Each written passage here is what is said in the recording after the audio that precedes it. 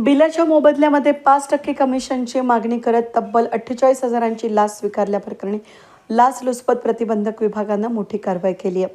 नाशिक ग्रामीण खोटी पोलीस ठाण्यामध्ये धारगाव ग्रामपंचायतीचा ग्रामसेवक बाळू अंतू मांगटे वय वर्ष 45, खासगी शांताराम सोनू पादीर वय वर्ष 38, सरपंचांचे पती पांडुरंग देवराम पुंजारा वय वर्ष 23 तिघांविरुद्ध भ्रष्टाचार प्रतिबंधक कायद्यान्वये गुन्हा दाखल करण्याची प्रक्रिया सुरू असून तक्रारदार हे शासकीय ठेकेदार आहेत. त्यांनी धारगाव ग्रामपंचायती अंतर्गत ई-निविदा प्रक्रियेद्वारे नळ पुरवठा योजना, सार्वजनिक शौचालय आणि भूमिगत गटारी यांसारखे 13,70,000ची 6 विकास कामं पूर्ण केली होती. यातील 5 कामांचं 9,70,000चं बिल ठेकेदाराला मिळालं होतं. मात्र उर्वरित बिल मंजूर करून देण्यासाठी ग्रामसेवक बाळू मांगटे यांनी 5% प्रमाणे 48,000 रुपयांची लाचेची मागणी केली. लाच न दिल्यास उर्वरित बिल न देण्याची धमकी दिली असून या प्रकरणी त्रस्त ठेकेदारानं 13 जुलै 2026ला ACBकडे अधिकृत तक्रार नोंदवली. तक्रारीनुसार ACBच्या पथकानं पंचांसमक्ष लाच मागणीची खात्री जमा केली.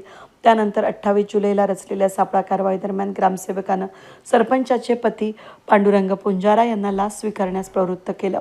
अखेर खासगी इसम शांताराम पादीर याच्यामार्फत ग्रामसेवकासाठी 48,000ची लाच पंचांसमक्ष स्वीकारण्यात आल्याचं ACBनं स्पष्ट केले. या प्रकरणी घोटी पोलीस ठाण्यामध्ये भ्रष्टाचार प्रतिबंधक अधिनियम 1988 कलम 7(7)(अ) यानुसार 12 अन्वये गुन्हा दाखल करण्यात आला असून या यशस्वी कारवाईसाठी लाचलुचपत प्रतिबंधक विभागाचे पोलीस अधीक्षक आणि अप्पर पोलीस अधीक्षक यांच्या मार्गदर्शनाखाली पोलीस निरीक्षक अजय सूर्यवंशी, पोलीस निरीक्षक योगेश शिंदे यांच्या नेतृत्वात पार पडली.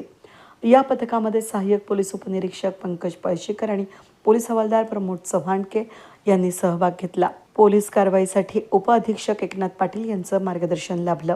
लाचलुचपत प्रतिबंधक विभागानं नागरिकांना आवाहन केलं आहे की शासकीय कामांसाठी कोणत्याही लोकसेवांना किंवा त्यांच्या प्रतिनिधींना लाचेच्या मागणी करण्यास तात्काळ ACBच्या टोल फ्री क्रमांकावर किंवा विभागाशी संपर्क साधून तक्रार नोंदवू शकता.